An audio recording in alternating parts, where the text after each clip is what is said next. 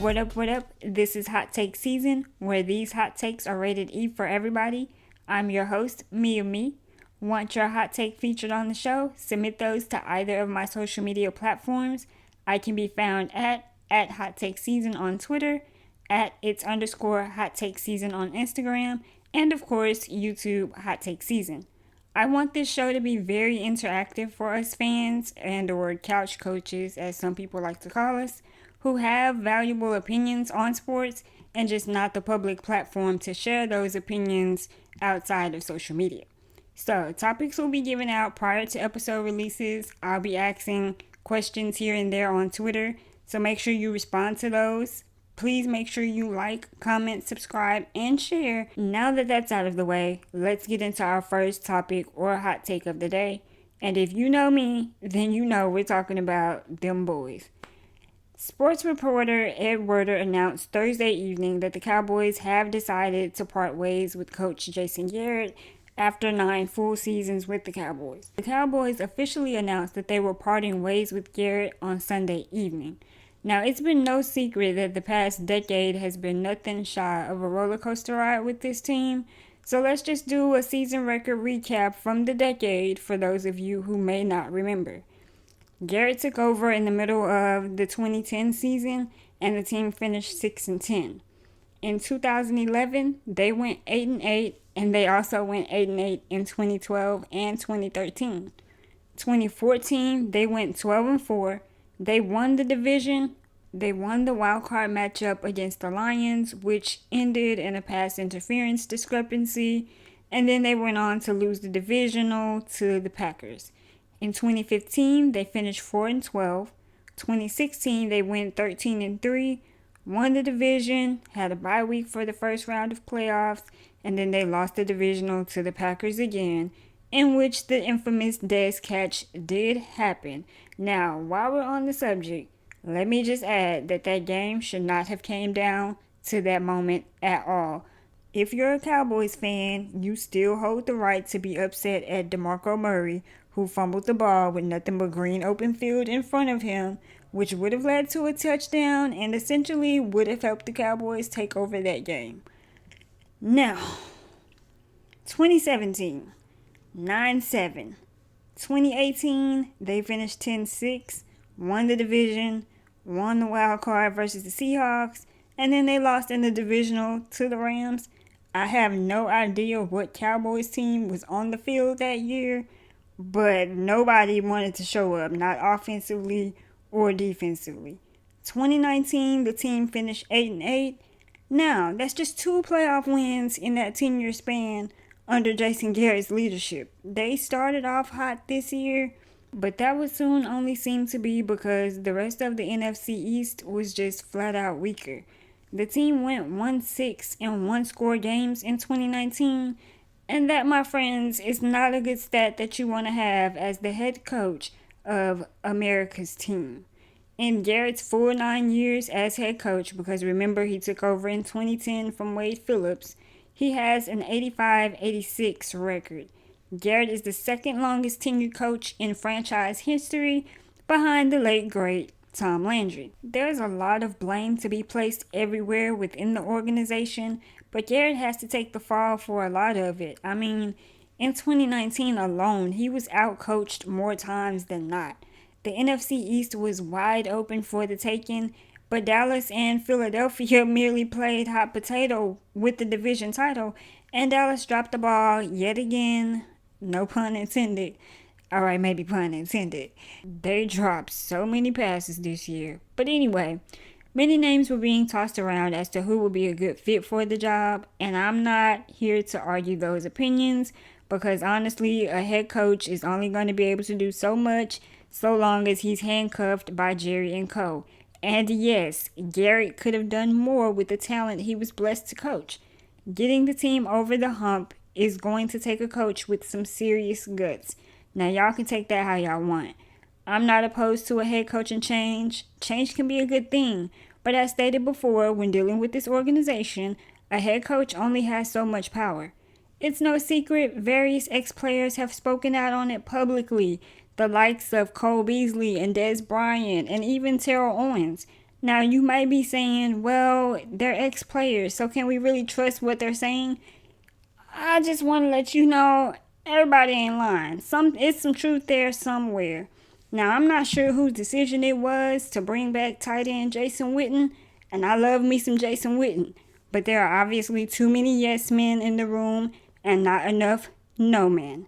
Jason can catch the ball, and he's only going to go where he caught the ball at. There's no extra yardage after contact. Sorry, that's just what this season has showed us. And I can't say that I believe Jerry or Jason had the business before friendship thought process in mind when they decided to start Witten over Blake Jarwin. Now, I understand that when a new head coach is placed on a team, he usually brings in his own staff. And that's fine and dandy. But for the Cowboys right now, if you lose out on running back coach Gary Brown or quarterback coach John Kitna, you just might regret it in the long run. Dak's game has truly elevated under Kitna, and Gary Brown has done a phenomenal job with the running backs. So we'll hang around and see what exactly happens on that tip. Former Packers head coach Mike McCarthy's name was being thrown around as a good candidate for the job, and then eventually we learned that the Cowboys had been in talks with him since October. As of Monday, they officially announced him as the new head coach of the team after signing a 5-year agreement. McCarthy is bringing in Saints linebacker coach Mike Nolan to be his defensive coordinator. Now, I was originally open to the thought of McCarthy winning the position. McCarthy has a Super Bowl ring and a winning record. The only thing that scares me is his ability to deviate from the run game. With a running back like Ezekiel Elliott, that's something you certainly do not wish to see happen. McCarthy was willing to keep Kellen Moore as offensive coordinator, and on Tuesday, Kellen decided to stay with the team.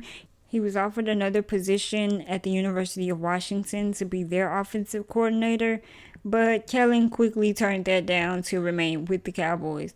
Now, if you've watched this past season, Kellen has seemed to be an upgrade from the Cowboys' former offensive coordinator Scott Linehan in just one season. The ball was in Kellen's court, and he's choosing to stay with the Cowboys under the new leadership of Mike McCarthy. And McCarthy is wasting no time picking his coaching staff. Cowboys fans may be excited to hear that Keith O'Quinn is out the door, and McCarthy has brought in LA Rams special teams coordinator John Bones Fassell. Now let's make something else clear, because Marvin Lewis's name came up as a candidate for the coaching job, and some Cowboys fans chose to panic for whatever reason. I don't know how y'all didn't see that this was nothing shy of the Rooney Rule. Now, if you don't know what the Rooney Rule is, let me kind of summarize that for you. It's basically an NFL policy in which teams are required to interview ethnic minority candidates for head coaching and senior football operations jobs. Lewis's resume does not even come close to McCarthy's, so y'all could have just threw that information out the window when you first got it. Other names like Lincoln Riley of OU and Urban Meyer were being thrown around, both of which are good head coaches and will bring a younger dynamic to the organization as opposed to McCarthy. Time will tell whether or not Jerry chose the right candidate or if he moved too quickly. Alright, so here's some hot takes from some fans. One fan who is choosing to remain anonymous says Garrett was fired 5 years too late. The Cowboys have everything they need except discipline and creativity.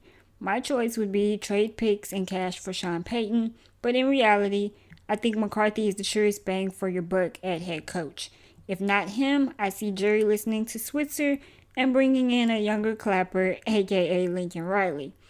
Tyson over at TysonTalks on YouTube isn't too thrilled with McCarthy as head coach right now. He believes McCarthy's Super Bowl win is merely thanks to Aaron Rodgers.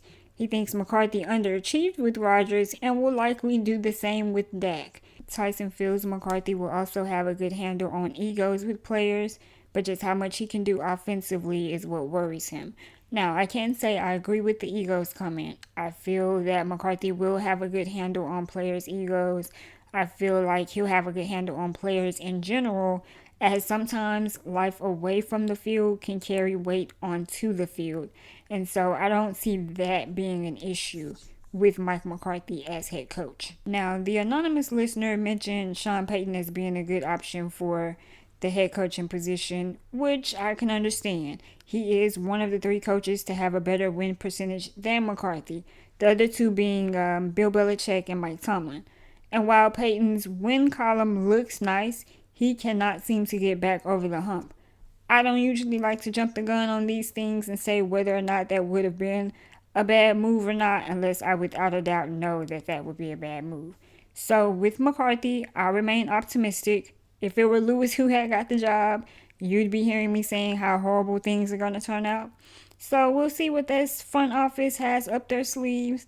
I just know making it to the divisional round is not enough. You're the world's wealthiest sports organization. That's not enough. Something's got to give.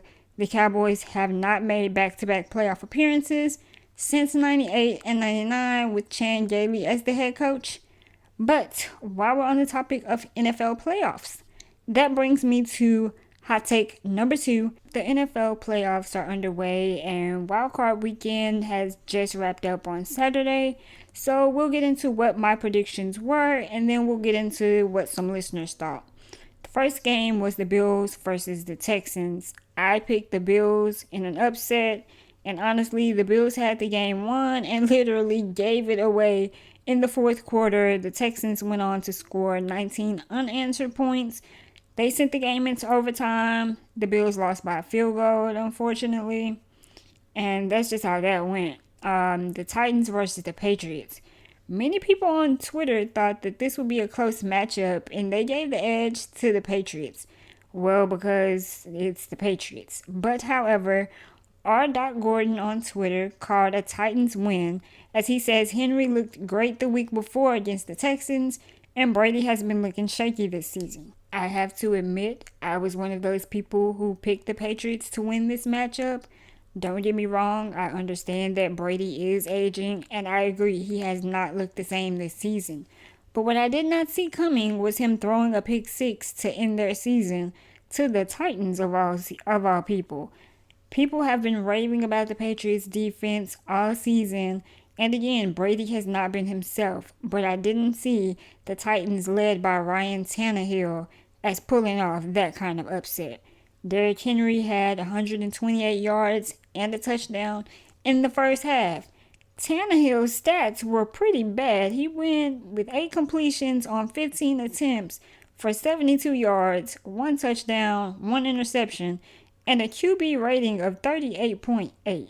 There is no way you could have told me that those stats beat Bill Belichick's Patriots in the year 2020. So as of now, balance has been restored to the NFL. We'll see how long that lasts. The Vikings and Saints had a rematch from last year's controversy. And yes, this year was another little controversy in itself. Saints fans are yet again upset with referees over a possible pass interference call.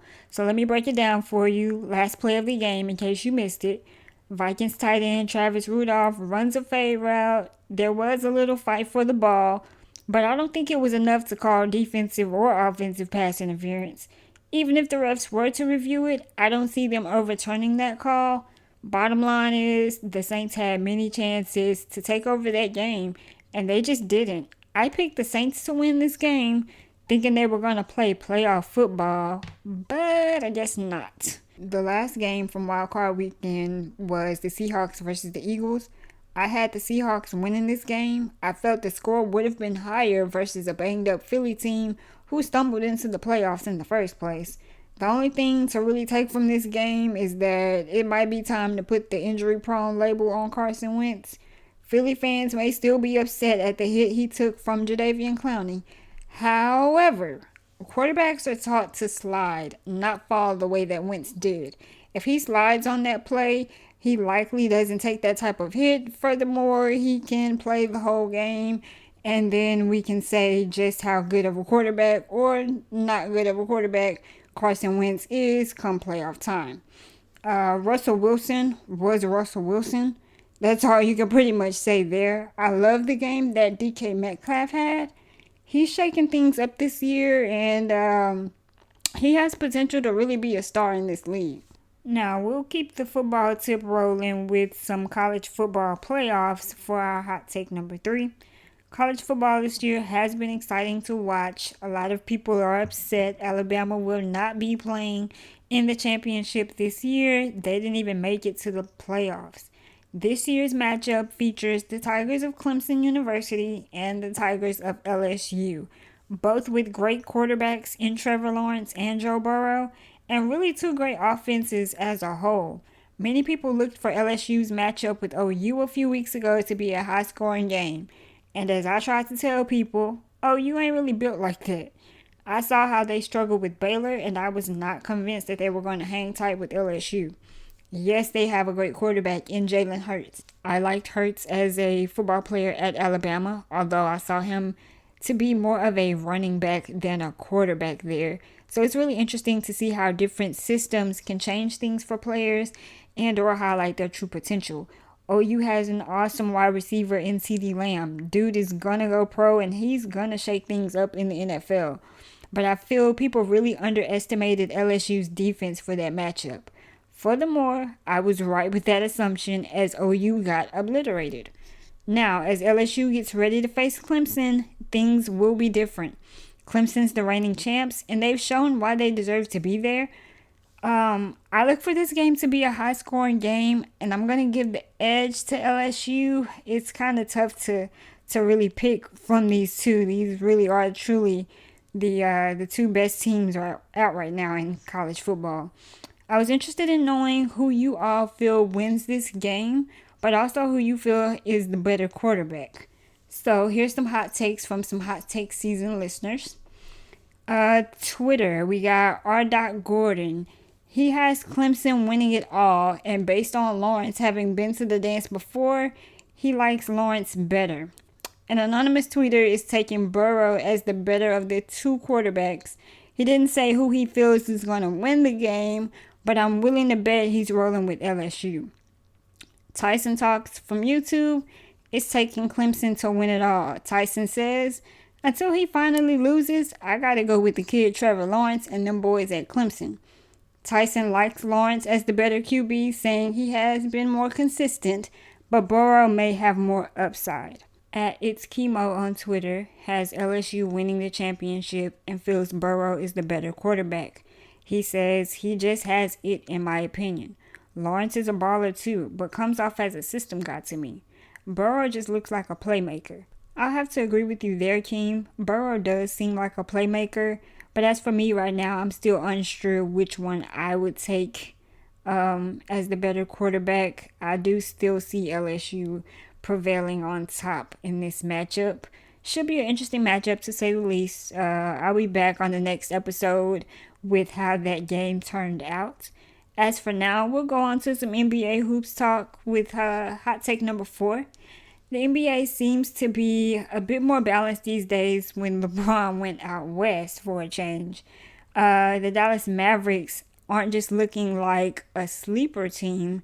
They're actually the 5th seed right now in the West, and they look like they'll be making some noise come playoff time if they can learn how to close out close games.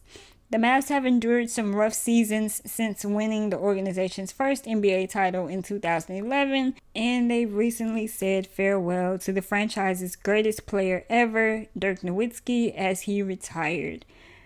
With a season of tanking to get first-round pick Luka Doncic and a huge trade to acquire big man Kristaps Porzingis, the Mavs just may have the franchise pieces they need to bring some more hardware to Dallas. Seems like the only thing the duo is missing is a Jason Terry-esque shooter, somebody with some killer instinct to knock down big shots in big moments where KP or Luka are not. They also need a big man in the center, the likes of Tyson Chandler in 2011. They need that third role player. I can admit I didn't see the vision at first with tanking or that trade for Kristaps because the Mavs aren't really known for developing players. The thing that always comes to mind for me is how they didn't want to wait to develop Devin Harris. Instead, they sent him to the Utah Jazz and then eventually they brought him back. The Mavs have been drafting players who need development, but they don't really spend time developing players. It's always be ready right now to win right now in Dallas. And I don't feel that's the formula to build a dynasty like the San Antonio Spurs or the Golden State Warriors. Luckily, Luka was ready right now, and so was Dennis Smith Jr., but making them coexist was where the struggle came in. With trading for Kristaps, my concern was his health. And honestly, some nights I still wonder about it. At the moment, it seems to still be working in favor for the Mavs. I can see them advancing past the first round of playoffs. Not to be biased, but I just have that feeling. We'll see how they look after the All-Star break. Again, I do see the Mavs making the playoffs this year, possibly being that sleeper team. It's just going to depend on if they can get some role players to complement Luka and KP. Longtime Mavs fan who goes by Momo offers his take on the season, saying, "The Mavs have one of the hottest teams in the first half of the season, which didn't even come close to the hype before the season started. Being at fourth in a stacked Western Conference, I can see them battling for 6th or 8th when it's all said and done. In the playoffs, it's a different type of basketball, and with everyone who's experienced that breed of hoops, it's fairly new to the players that we have. That's where coaching comes in, and Carlisle should be in talks with the best of the best, in my opinion. Mavs have been lacking a true big man at center for years. Even with the addition of DeAndre Jordan a few years back, we lack that heavily. Still lacking depth there too. Too many guards and not enough forwards. Mavs will make the first round of playoffs, go 7 rounds, despite who they play. But lack of experience, I can say they're seeing a first round exit." I'm with you on that, Momo. The Mavs definitely need a big man in the paint. They have not had a solid big man since letting Tyson Chandler get away. They may have had a chance at repeating after 2011 had they kept Chandler, but I get it. You can't always keep a championship team together after winning a championship. I see them taking the first round to 7 games too, despite the opponent. And for now, I want to believe that they'll make it out of that series alive. And not to keep dwelling on the past, but nobody saw Carlisle taking that 2011 team to the finals. Everybody would sleep on Dallas that year. So again, grab some role players, close out close games. Oh wait, and another thing, get Seth Curry going. The other night, the Mavs lost a close one in Denver. Not in Denver, but to Denver. And Dorian Finney-Smith was undecided if he wanted to take the last shot or if he was going to pass the ball before time expired. If Luka or KP wasn't going to take that last shot, you have to give Seth Curry a chance at it. He was fairly open in the right corner for the 3 to win the game. You have to let your shooters shoot. But alright, this has been episode 1 of Hot Take Season with yours truly, Me. I look forward to bringing you all more facts and opinions, hearing what your takes are, and airing some of them. Please remember to like, comment, subscribe, and share. Send those hot takes to me if you'd like to be a part of the show. Remember, these hot takes are rated E for everybody. Until next time, y'all be blessed.